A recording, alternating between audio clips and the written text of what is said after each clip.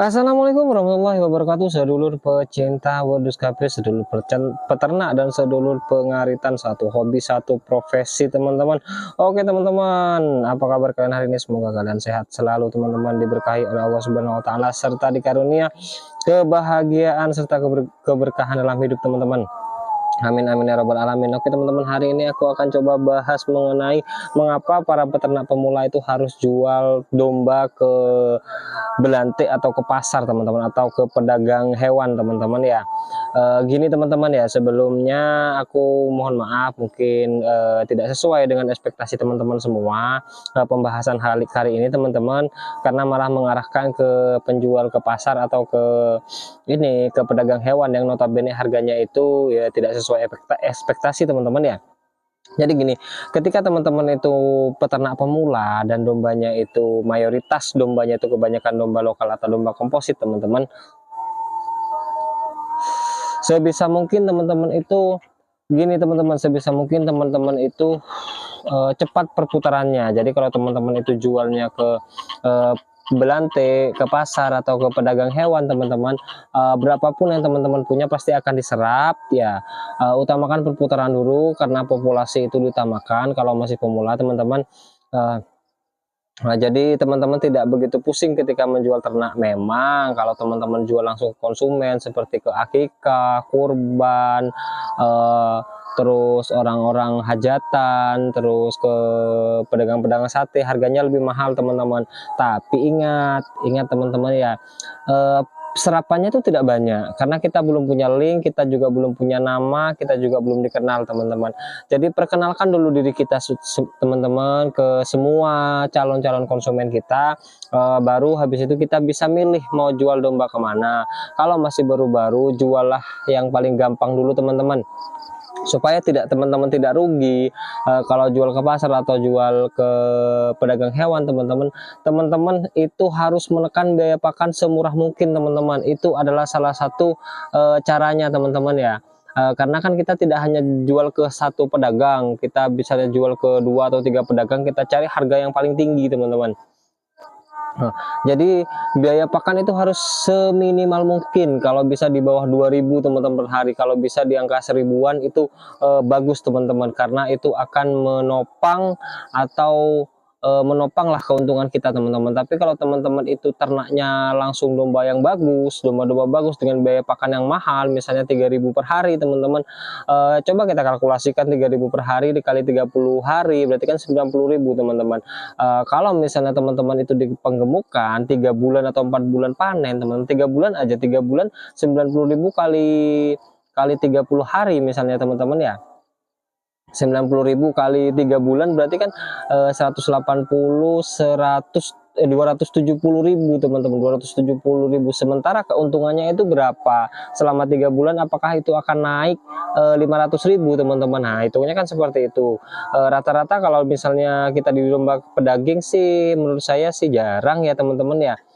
Ya nggak sesignifikan itu, teman-teman.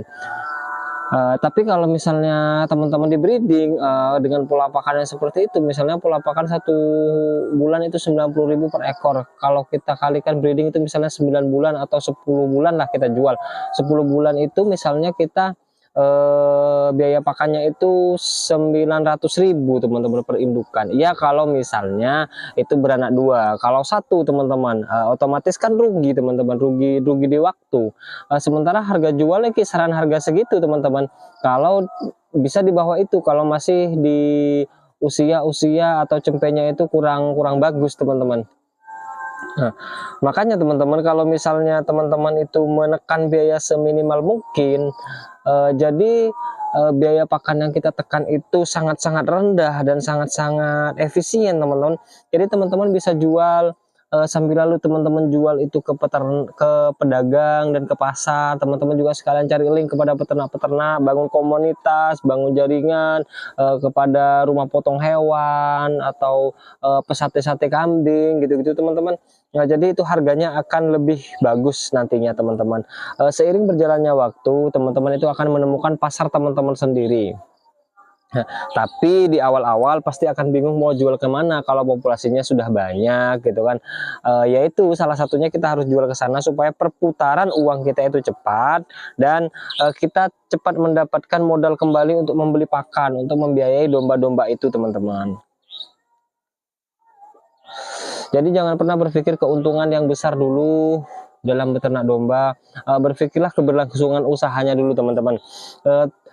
Keuntungan besar belum tentu keberlangsungan usahanya itu panjang. Jadi keuntungan yang sedikit tapi misalnya kita keberlangsungannya usahanya itu terus menerus, kan bisa dijadikan pekerjaan utama jadinya teman-teman. Nah seperti itu sebenarnya konsep dalam berusaha teman-teman. Kalau nih seandainya kita mikir satu ekor cempe misalnya umur 5 bulan laku 2 juta atau 2,5 juta gitu kan, atau 1,5 juta teman-teman, itu kalau menurut saya sudah terlalu expect ya teman-teman, dengan kita yang peternak-peternak baru, peternak-peternak yang masih lokal, peternak-peternak yang baru belajar. Dengan seperti itu kita ekspektasi anak domba dijual terlalu tinggi kan, kalau menurut saya ya tidak masuk teman-teman ya. Kecuali teman-teman kita beternaknya dengan domba-domba yang kualitas super seperti Texel, Dorper, Merino, Awasi, Sulfok dan lain-lain, itu teman-teman dia masuk teman-teman. Dengan harga segitu per kilonya aja sudah berapa teman-teman, di atas 100 ribuan kan teman. Ya kan ya begitulah kira-kira teman-teman. Jadi seandainya kita berusaha dan perputarannya itu bagus teman-teman, keberlangsungannya itu juga akan sangat-sangat bagus teman-teman. Cara menekan biaya pakan supaya murah itu apa?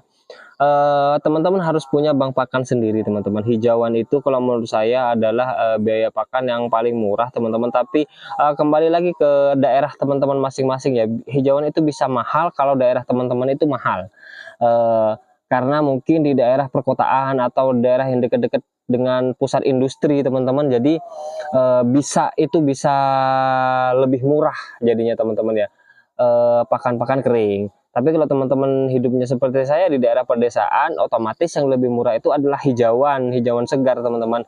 Karena kita jauh dari pusat-pusat industri yang tidak banyak limbah-limbah di sini, yang ada hanya limbah-limbah pertanian yang murah teman-teman. Jadi limbah-limbah pertanian dan hijauan segar itulah yang kita jadikan pakan, karena itu menurut kita yang dihitung yang paling murah teman-teman. Beda halnya kalau teman-teman kayak di Surabaya, di Jawa Barat, di Jawa Tengah yang dekat-dekat dengan industri, atau di Kalimantan atau di Sumatera yang dekat-dekat dengan industri kayak sawit, kopra dan lain-lain, gamblong dan lain-lain teman-teman, itu kan sangat murah teman-teman. Apalagi saya lihat di Lampung itu kan satu rit itu cuma berapa ratus ribu gamblong gitu kan, itu kisaran antara 1 tonan, kan sangat murah teman-teman. Tapi kalau di sini gamblong itu per kilo di atas 1.000 teman-teman. Kalau yang sudah plus 3.000 kan mahal teman-teman. Jadi lebih baik kita menggunakan pakan yang hijauan yang full, dengan biaya pakan ya di bawah 500 rupiah teman-teman. Di bawah 500 rupiah, apalagi ngarit sendiri ya bisa cuman ya bondo tenaga sama bondo bensin lah teman-teman, bensin untuk sepeda motor. Jadi seperti itu. Kita memang peternak pemula ini banyak resiko-resiko yang harus dihadapi, banyak strategi-strategi yang harus dijalankan agar kita itu bisa terus berlanjut usahanya teman-teman. Kalau nggak gitu ya kita hanya capek tapi hasilnya nggak ada teman-teman.